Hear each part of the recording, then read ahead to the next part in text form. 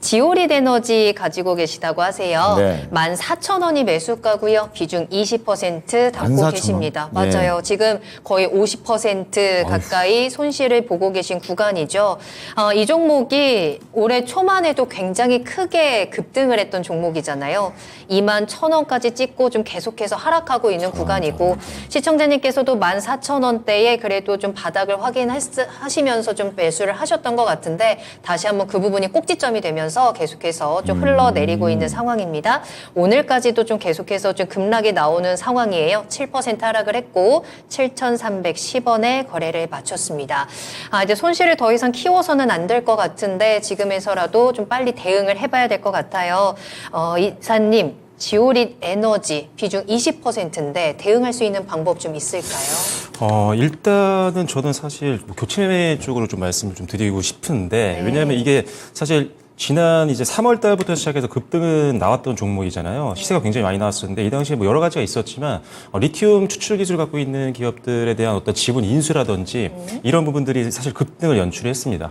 다만 문제는 뭐냐면 기대감은 좀 떨어졌고 단기 테마로 끝나면서 일단 차익 매물이 계속 나오고 사실 추가적으로 주가를 끌어올릴 만한 내용들이 그렇게 많이 나오진 않았었거든요. 거기다가 지금 사실 일단 수급적으로 봤을 때 기관들이 그렇게 관심을 보이는 종목은 좀 아니다 보니까 그 부분도 좀 아쉬운 부분이고 무엇보다 이제 실적에 대한 부분들이 굉장히 아쉬운 건 있습니다.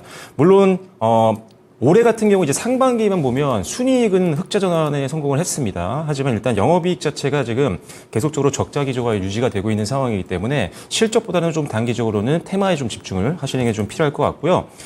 다만 일단 최근 들어서 무상증자에 대한 내용들이 나왔던 것 같아요. 10월 30일이었나요? 지금 한번 볼게요. 네, 어제였죠. 네, 그래서 어제. 무상증자 200%, 그러니까 한 주당 2주를 주는 무상증자 계약이 나왔었는데 무중에도 반응을 못했습니다. 일단은 지지선이 좀 무너진 상태고 수급이 좀 약해져 있는 상황이고 거래량도 뭐 그렇게 크지 않은 상황이다 보니까 지수 하락에도 영향을 받았고 그 다음에 호재성 내용이 나왔음에도 불구하고 방어를 좀 못해주고 있는 그런 상황이 좀 아쉬운 상황입니다.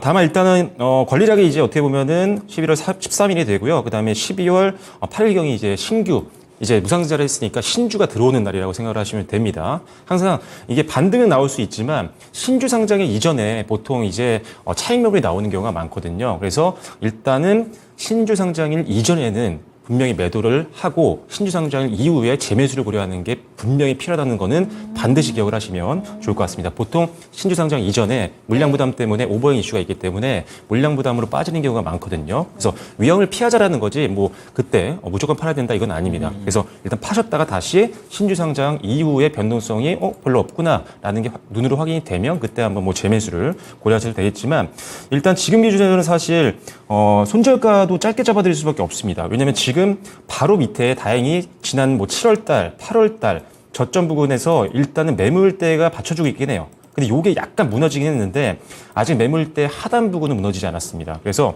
그 하단 부근을 보면 가격이 지금 6,800, 6,900원 정도거든요. 근데 여기까지 잡으면은 찍고 바로 올라가는 경우가 생길 수가 있기 때문에 일단은 한 6,700원 정도까지만 일단은 손절 라인을 잡아드리도록 하겠습니다. 그래서 6,700원을 손절 라인으로 보시면 좋을 것 같고요. 일단 1차적인 목표가는 전고점이 될 수밖에 없습니다. 그리고 아시다시피 윗꼬리 많이 닿는 날이 10월 23일이었죠. 23일 날 윗꼬리가 많이 달렸었고 그 위치가 사실은 장기평선입니다. 120일선 저항이 좀 있는 구간이기 때문에 여기서 다시 한번 밀릴 가능성이 있거든요. 그래서 1,700원 정도를 일단 1차 목표가로 보시면 좋을 것 같습니다. 손실을 조금 줄여낼 수 있었으면 좋겠습니다. 일단은 무상증자 이슈가 있고 신규 상장에 대한 이슈가 있기 때문에 그 기점으로 좀 대응이 필요할 것 같고요. 6,700원 손절가 그리고 1,700원으로 목표가 잡아드렸으니까요. 손실 잘 줄여내시고 부지런히 대응해 보셔야 될 것 같습니다. 네.